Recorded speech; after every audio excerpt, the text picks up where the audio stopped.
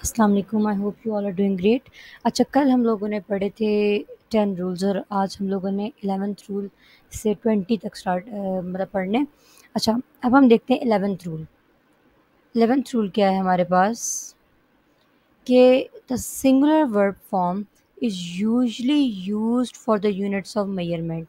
अगर हम बात करें यूनिट्स ऑफ मेजरमेंट्स की, ठीक है, जैसे 4 quarts of oil was required to get the car running.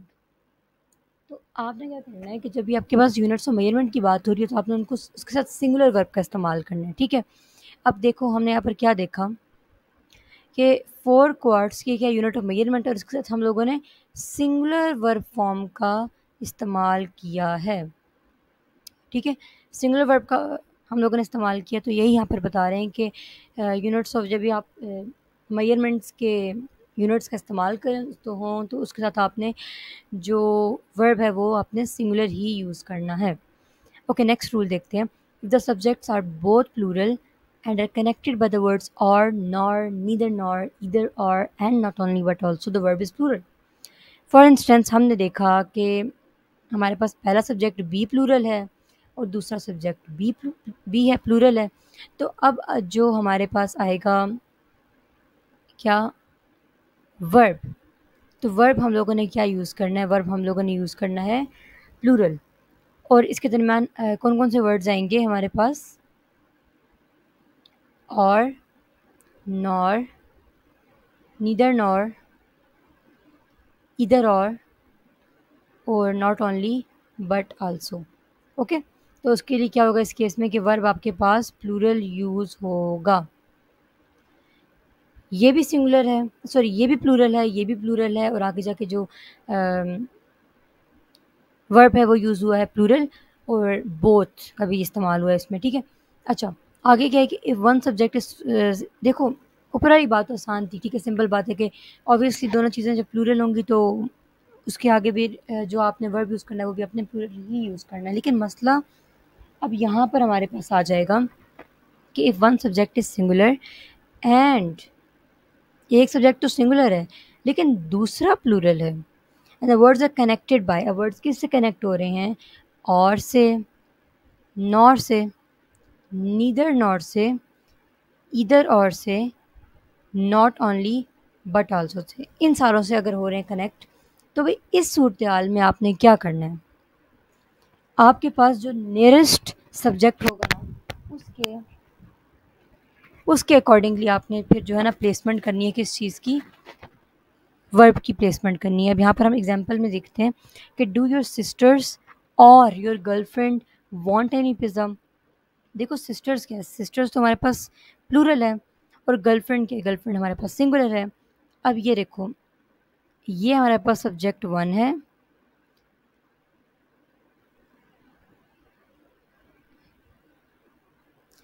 और जबकि ये हमारे पास सब्जेक्ट 2 है। तो अगर हम देखें दोस्तों, सब्जेक्ट 1 क्या, सब्जेक्ट 1 हमारे पास सिंगुलर है, सॉरी प्लूरल है, ओके, जबकि सब्जेक्ट 2 क्या है, सब्जेक्ट 2 हमारे पास सिंगुलर है, ठीक है। तो अब हमने क्या किया कि हमारे पास जो था वर्ब, वो भी हमने सिंगुलर यूज़ किया। क्यों? क्योंकि जब भी हमारे पास ये वाले वर्ड्स आ जाएंगे तो इन वर्ड्स के बाद आपने सब्जेक्ट 2 को प्रायोरिटी देनी है और 2 के हिसाब से अपने सब्जेक्ट की, अपने उसकी वर्ब की प्लेसमेंट करनी है, इसलिए यहाँ पर सिंगुलर वर्ब आए हैं। ओके, ये चीज़ क्लियर होगी। एक सेकेंड।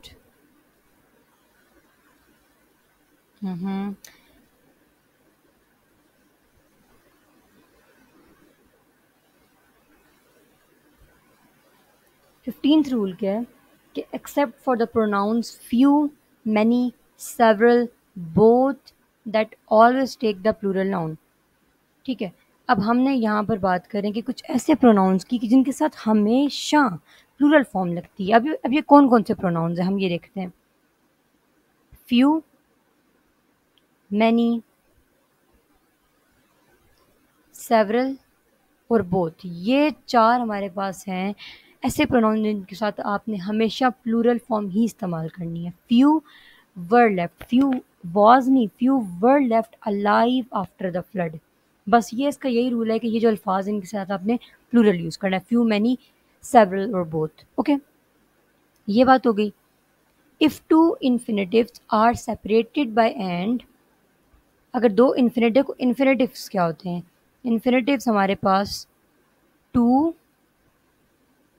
ये मुझसे लिखा नहीं जा रहा, ओके, टू प्लस वर्ब की फर्स्ट फॉर्म, ये क्या होता है? ये इन्फिनेटिव होता है टू प्लस वी वन। अब ये देखो, to plus V one, to और साथ में वॉक, वॉक नहीं है, वॉक है ना, तो वी वन वर्ब की फर्स्ट फॉर्म। जब भी इन्फिनेटिव्स आपके पास सेपरेट हो रहे हों एंड से, तो उनमें आपने प्लूरल फॉर्म का इस्तेमाल करना है। ओके, एग्जाम्पल क्या दी हुई है कि to walk and to chew. ठीक है, सब्जेक्ट वन हमने क्या देखा? टू वॉक, ये क्या है? Subject one. और to chew, to chew, to chew क्या है? Subject two. और इसके साथ किस चीज़ का इन्होंने इजाफा किया हुआ है? सॉरी, इसके साथ ये देखो एंड से इन दोनों को ज्वाइन किया हुआ है।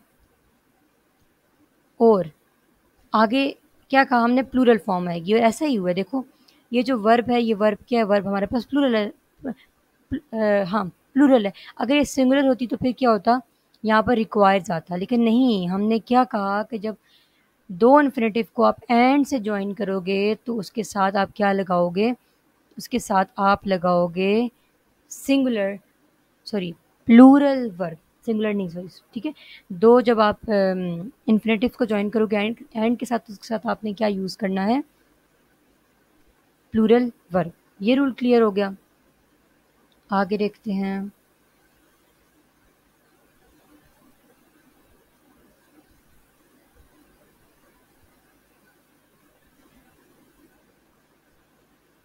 ये क्या हो रहा है? ओके, 17, हाँ 17th रूल हमने देखना है अब। अच्छा, when two sorry, when gerunds are used as the subject of sentence and take the singular verb form of the verb, but when they are linked by and they take the plural form the verb। अच्छा, दो बातें करें। एक बात क्या है कि जब हम gerund को जब हम यूज करते हैं सब्जेक्ट ऑफ द सेंटेंस के तौर पे, किस चीज को बोला? gerund को हम यूज करेंगे किस चीज के तौर के ऊपर? सब्जेक्ट ऑफ द सेंटेंस के तौर के ऊपर। Okay, they take the singular verb of the form, तो वो क्या करेंगे? वो हमारे पास सिंगुलर वर्ब लेंगे। लेकिन जब हम दो जेरेंट को ज्वाइन कर देंगे एंड के साथ, तो वो हमारे पास क्या लेंगे? वो हमारे पास प्लूरल फॉर्म लेंगे। ठीक है, अब हमने यहाँ पर दो चीज़ें देखनी है। Okay, standing in the water was a bad idea. देखो स्टैंडिंग क्या है? ये जेरेंड है और एक ही जेरेंड हमारे पास इस्तेमाल हो रहा है, तो हमने क्या कहा? सिंगुलर यूज़ करना है। और सिंगुलर ये क्या है? वॉज हमारे पास सिंगुलर है। लेकिन अगर मैं बात करूँ swimming in the ocean and playing drums, तो हमने आगे आर यूज़ किया। क्या यूज़ किया? आर यूज़ किया। और आर क्या है? आर हमारे पास प्लूरल है। प्लूरल कब यूज़ करना है? जब आपने बीच में एंड यूज़ किया हुआ हो। यही हम देख रहे हैं कि दो जेरेंड हमने यूज़ किए। ये हमारे पास आ गया जेरेंड वन,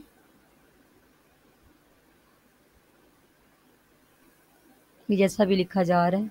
ओके, और ये आ गया जेरेंड टू। और जब ये जेरेंड वन और जेरेंड टू को हमने यूज़ किया तो उसके साथ हम लोगों ने आर यानी प्लूरल फॉर्म का इस्तेमाल किया। ओके, अच्छा, खैर आगे चलते हैं। 18 के कलेक्टिव नाउन्स लाइक हर्ट, ये सिंपल बात है कि जब कलेक्टिव नाउन्स का हम इस्तेमाल करेंगे ना तो उसके साथ आपने सिंगुलर यूज़ करना है, प्लूरल नहीं यूज़ करना। हर्ड, सेनेट, क्लास, क्राउड, इनके साथ आपने सिंगुलर वर्ब का इस्तेमाल करना है। देखो द हर्ड, हर्ड क्या है? कलेक्टिव नाउन है। हर्ड क्या है? कलेक्टिव नाउन है। तो हर्ड के साथ आपने क्या किया? सिंगुलर वर्ब का इस्तेमाल किया। The heard is stamping. Okay, आगे चलते हैं। टाइटल्स ऑफ द बुक्स, देखो जो भी टाइटल्स होंगे बुक्स के, मूवीज़ के, नॉवेल्स के, इनको आपने सिंगुलर के तौर पर इस्तेमाल करना है और उसके साथ आपने सिंगुलर वर्ब ही यूज़ करना है। The barbs is a movie steering Tom Hanks. तो देखो क्या बार्ब्स पता लग गया, टाइटल है मूवी का। तो जब भी आपने टाइटल यूज़ करना है मूवी का, टाइटल हो गया, कोई बुक का नाम हो गया, नॉवल का नाम हो गया, व्हाट्सएवर, कुछ भी, तो उसके साथ आपने इज़ यानी सिंगुलर वर्ब का इस्तेमाल करना है। एंड यस, फाइनल रूल क्या है हमारे पास कि रिमेंबर कि सिर्फ और सिर्फ सब्जेक्ट ही अफेक्ट कर सकता है वर्ब को। ठीक है, only the subject can affect your verb, ये फाइनल रूल है आपका। अच्छा, एक चीज़ मैं बताऊंगी कि देखो जेरेंड क्या होता है। अब ये साइड इन्फॉर्मेशन को, ये क्या हो गया? अच्छा, हम इसको क्लियर कर देते हैं। हम यहाँ पर अलग से बात कर लेते हैं जेरेंड की। ओके, कि जेरेंड क्या होता है। वैसे तो ये हम लोगों ने आगे पढ़ना है फ्रेजेस वगैरह के टॉपिक में, लेकिन चलो मैं यहाँ पर ये एक चीज़ बता देती हूँ। खैर चलो, जेरेंड हमने देखना है कि जेरेंड क्या होता है। जेरेंड हमारे पास बेसिकली ये नाउन होता है। बेसिकली क्या होता है? नाउन होता है। लेकिन हम क्या देखते हैं, अच्छा मैं बस इतना इतना लिख रही हूँ, तो अगर कोई अपने पास लिख रहा है तो वो खुद से ही पूरा खैर लिख ही लेती हूँ पूरा। अच्छा, तो जेरेंड हमारे पास बेसिकली नाउन होता है। हमने क्या देखा कि जो वर्ब होता है ना, वर्ब प्लस आईएनजी होता है। ऐसी बात है, वर्ब प्लस आईएनजी हमारे पास जेरेंड होता है। Verb plus I N G. Okay, जैसे हमने यहाँ पर क्या लिया? हमने यहाँ पर लिया स्विमिंग, स्टैंडिंग, प्लेइंग, ये सब क्या है? ये सब हमारे पास जेरेंड्स हैं। ठीक है। अच्छा, अब एक चीज़ होती है जेरेंड और एक चीज़ होती है हमारे पास क्या होती है? पार्टिसिपल। अब जेरेंड के लिए मैं आइडेंटिफिकेशंस कुछ बताऊंगी कि कैसे आपने आइडेंटिफाई करना है कि ये हमारे पास जेरेंड होता है। खैर ये इस टॉपिक की बात नहीं है, लेकिन चलो वैसे मैं बता रही हूँ। पार्टिसिपल का भी नहीं बता रही, पार्टिसिपल का जो जब टॉपिक आएगा तभी बताऊंगी। खैर जेरेंड का मैं अभी आप लोगों को बता देती हूँ। अब जेरेंड में क्या है कि देखो, standing in the water was a bad idea. अगर मैं इसको यहाँ से सेंटेंस से ओमिट कर दूँ, मैं इसको यहाँ से कट करी, बिल्कुल आपको नज़र नहीं आएगा। ठीक है, ये मैंने इसको कट कर दिया। The water was a bad idea, ये कोई सेंटेंस बनता है? ये नहीं बनता। यानी जेरेंड को जब मैंने हटाया तो मेरे पास उसका जो है ना मीनिंग ही ख़त्म हो गया, किसी मतलब सेंटेंस का मीनिंग ख़त्म हो गया। तो ये हमारे पास जेरेंड आता है। ठीक है। दूसरी बात यहाँ पर क्या आती है, एक सेकंड। अच्छा, दूसरी चीज़ हमारे पास ये आती है कि अगर मैं यहाँ पर इस सेंटेंस का क्वेश्चन बनाऊँ कि standing in the water was a bad idea, मैं क्वेश्चन बना रही हूँ कि what was a bad idea. जब भी आपके पास व्हाट का क्वेश्चन आ जाए ना, बस समझ लो कि वो जो आईएनजी वाली जो चीज़ है ना, वो हमारे पास जेरेंड है, पार्टिसिपल नहीं है बल्कि जेरेंड है। तो बस ये दो आइडेंटिफिकेशंस हैं, इनसे आपने देखना है कि आपके पास वो जेरेंड है या पार्टिसिपल। पार्टिसिपल की मैं भी नहीं बता रही, बस मैंने जेरेंड की बताई है। ठीक है, तो ये अपने पास नोट कर लें। तो yes, that's all for today's lecture. I hope ये 20 के 20 पॉइंट्स अच्छे से क्लियर हो गए होंगे, इसमें सब कॉन्सेप्ट क्लियर हो गया होगा। लेकिन अगर अगर फिर भी कोई भी कन्फ्यूजन आती है लेक्चर के दौरान या फिर आपकी प्रैक्टिस के दौरान, जस्ट स्ट्रेट अवे टेक्स्ट में मुझसे पूछें अपना जो रॉन्ग एमसीक्यू है या कुछ भी, तो I'll be telling you, okay? So I'll see you in the next lecture. Till then, take care. Allah Hafiz.